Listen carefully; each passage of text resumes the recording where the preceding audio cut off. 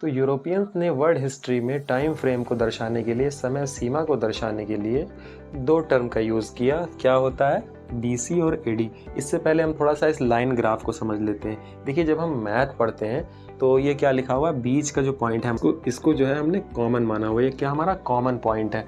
अब इसके जो राइट साइड आगे जो लाइन चल रही है, चूँकि ये किस में जा रही है, प्लस में आगे की ओर बढ़ रही है ना। अब जो इसके लेफ्ट साइड वाली लाइन है वो माइनस में पीछे की ओर बढ़ रही है। जिस साल जीसस क्राइस्ट का, ईसा मसीह का, हजरत ईसा का जो जन्म हुआ, उस साल को इन्होंने जीरो मानते हुए उसको क्या माना, जीसस क्राइस्ट बर्थ ईयर, है ना। जीरो को इन्होंने क्या माना, जीसस क्राइस्ट बर्थ ईयर। फिर उसके आगे जो साल बीतता गया उसको इन्होंने क्या नाम दिया, एडी, यानी कि जिसको इंग्लिश में क्या कहते हैं, एनो डोमिनी, हिंदी में क्या कहते हैं, ईसवी कहते हैं। अच्छा, उनसे पहले का जो समय था, ईसा मसीह से पैदाइश से जो पहले का समय था, उसको इन्होंने क्या नाम दिया, बीसी, यानी कि बिफोर क्राइस्ट, जिसे हम हिंदी में ईसा पूर्व के नाम से पढ़ते हैं, है ना। तो जैसे मान लीजिए एक साल बीता जन्म को तो एक एडी, 2 साल बीता तो 2 एडी, 3 साल बीता तो 3 एडी।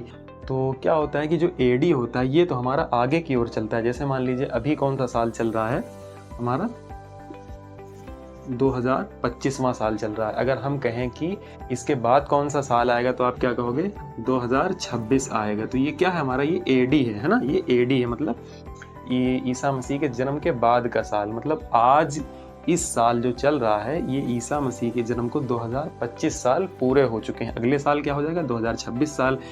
लेकिन जो बीसी होता है वो बैकवर्ड चलता है, पीछे की ओर चलता है। जैसे मान लीजिए हम कहें कि 220 बीसी के बाद कौन सा साल आएगा, तो ये 221 नहीं आएगा, ये क्या हो जाएगा, 219 बीसी आ जाएगा ना। अच्छा, तो ये तो आपको समझ में आ गया होगा कि ये आगे की ओर चलता है अपवर्ड और ये पीछे की ओर चलता है बैकवर्ड। अच्छा, इसी में एक टर्म हमें और देखने को मिलता है BCE। ये क्या होता है, तो ये कुछ नहीं होता, ये बस BC को ही एक दूसरा नाम दिया हुआ है। किन लोगों ने, अब ये तो वो लोग थे जो जीसस क्राइस्ट को, ईसा मसीह को मानने वाले थे, बट जो उनको जैसे नहीं मानने वाले थे, स्पेशली ज्यूज जो थे, तो उन्होंने सोचा कि हम क्यों इसको जो है फॉलो करें। तो उन्होंने तरीका तो यही फॉलो किया, बस इसका नाम चेंज कर दिया। जो ज़ीरो था उन्होंने इसको क्या नाम दे दिया, कॉमन एरा नाम दे दिया ना। तो इसलिए ज़ीरो से पहले का जो साल था उन्होंने इसको क्या कहा, BCE, बिफोर कॉमन एरा, यानी कॉमन एरा से पहले, ठीक। और जो ज़ीरो के बाद का जो साल था उन्होंने इसको क्या नाम दे दिया, कॉमन एरा, यानी कि ज़ीरो के बाद उनका कॉमन एरा स्टार्ट हो गया। तो आई होप कि आपको आज की वीडियो से ये चारों टर्म बहुत ही अच्छे से समझ में आ गए होंगे। अगर वीडियो पसंद आई तो लाइक कीजिए, कमेंट्स कीजिए एंड शेयर कीजिए, और इसी तरह के नॉलेजेबल वीडियोज़ के लिए हमारे चैनल को सब्सक्राइब